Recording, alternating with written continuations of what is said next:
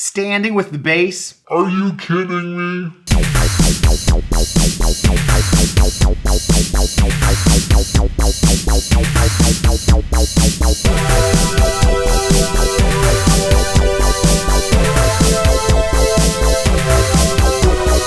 What's going on? It's Jason Heath, and we're going deep today on something that I used to hate to do, which is standing while playing the bass. Like many bass players, I started sitting on a stool sometime in high school, and I totally lost the ability to play standing up. I mean, it was embarrassing. Unless I had a stool with me, I could barely even play a scale while standing up. After feeling like a fool so many times when there wasn't a stool for me to use, I finally got sick and tired of it and forced myself to learn how to stand while playing the bass. It was not easy, but I kept experimenting, and finally something clicked, and I found a way for it to work for me. I went from hating it to loving it. So in this video, I'm going to show you the 3 things that I learned which unlocked the keys to standing with the bass for me.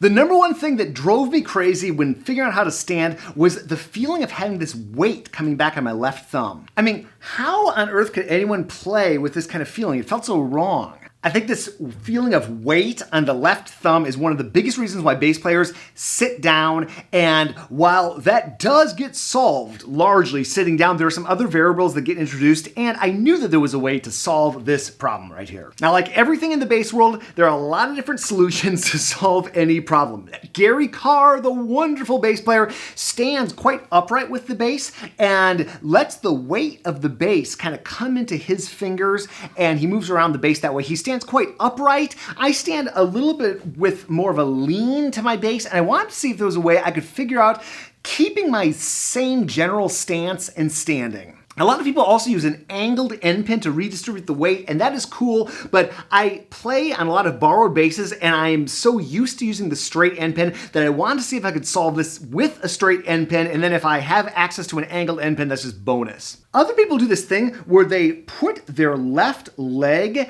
and have the bass kind of rest against it, and I guess people make that work, but I always feel like I am causing all sorts of tension in my back, and I just can never seem to be comfortable with that, and it feels very restrictive to me. I like to be much more freer. So the other variable, I was giving myself a lot of variables for learning how to stand, is I wanted to make sure I could play with both feet flat on the floor and to have that freedom in my playing, but not let the weight rest on my left thumb. I realized that for the way I play, I have this corner of the bass right here. It goes into my left hip bone, kind of locks in there a little bit, and it allows me to move the bass around just a little bit. Now, if I put my fingers down, I think that I need to let the weight come into the bass like this, like you're hanging on the fingerboard. And if you do that, the bass just like falls to the side. I realized that if I actually think about bringing the weight of the bass in toward my body, so if I just think about my arms, and if I wasn't holding a bass, they just kind of fall down like this. If I could think about the weight that way,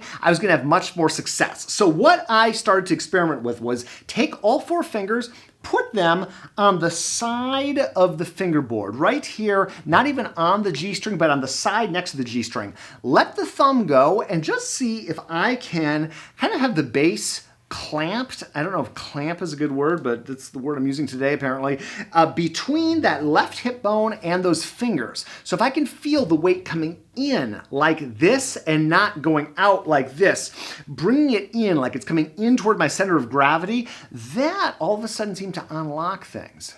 Eventually, I moved my fingers over onto the string, still keeping the thumb away from the bass, not on the back of the neck, moving to different positions and just seeing if I could understand the weight of the bass is coming into my body a little bit that way.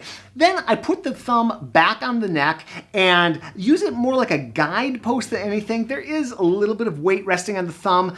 Maybe that's not ideal, but I still haven't figured out a way to do it without any weight on the thumb, but it's definitely at least 80%, I hope, on the fingers, and I've been playing bass for a long time this way and haven't had any issues. Maybe I'm just lucky, but that seems to have worked for me, and it really started to free up my standing. The next challenge, of course, is shifting. Hey, if I can figure out one position, that's great, but you can only play 2 notes before shifting or changing strings. But I knew I had to figure out how to shift comfortably in a standing position since you're doing it all the time as a bass player. I began to slowly understand shifting while standing as a whole body motion. I think this translates over quite well to sitting too, so now I think about this when I'm sitting, even though maybe I don't have to use this technique. So when I am going down the bass or up in pitch, or it's confusing talking about this stuff, whichever way, I feel like I am bowing slightly into the bass. I'm letting the bass kind of come into my body, and this gets more extreme the further up I go. Now, when I come back,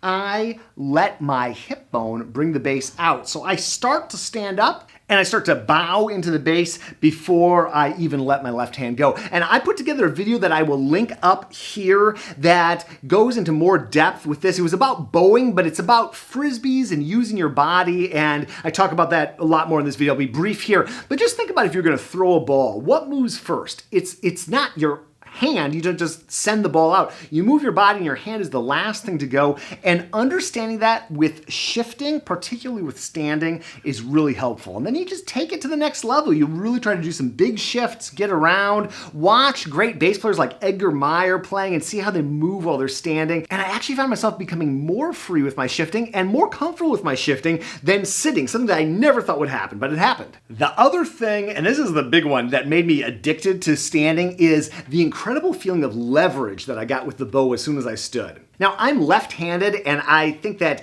the bow has always been a little less comfortable for me in general, probably as a result of that, or maybe some other weird issue, who knows. But I found that when I stood, all of a sudden, I could get this incredible leverage wherever I was in the bass or on the bass. So when I'm down in first position, I'm almost completely upright with the bass. And my arm is this pendulum going into the bass. Now, as soon as I go over to the G string, go up a little bit, I can just rotate my body and get the kind of leverage that I want to play that note optimally. And the same is true as I go up into thumb position. This became so much easier for me when I started standing. All of a sudden, I actually found thumb position to be more comfortable standing, because instead of trying to like get over the bass while I'm sitting, I just bow into the bass. This right here becomes a shelf and the bass neck sits here. Maybe this is good, maybe this is bad. This is just what works for me. And all of a sudden, I feel like I can get the contact point where my bow is playing as close to my center of gravity as possible. That is what I'm trying to do when I'm playing. I'm trying to make sure that where the bow connects with the string, that is as close as possible to my center of gravity. And that is, for me, so much easier standing because I'm free. I can move around. I can shift my weight from left foot to right foot. And I think that sense of freedom, that's something that I found super helpful for string playing in general. I think a lot of tension for us string players comes as a result of being locked into a position. And I like to think of there not really being a position per se, that you're just in flow, you're moving with the instrument. You watch some of the great performers of all time on any instrument play, and that's kind of how they look. You can do it sitting, you absolutely can, but I just have a tendency, maybe again it's just my own personal baggage, but I have a tendency to just get locked into one position sitting, and though I can move from my sit bones when I'm sitting, it's just much likelier to happen when I'm standing. I'm so glad I figured out how to stand with the bass, but you know, I sit sometimes too, and I go between phases of standing up and sitting, and I have reasons for both. If you want to learn more about that, check out this video we've got linked up right here about the bass tool I got recently and pros and cons I've found of sitting with the bass. Thank you so much for watching, and we'll see you in the next video.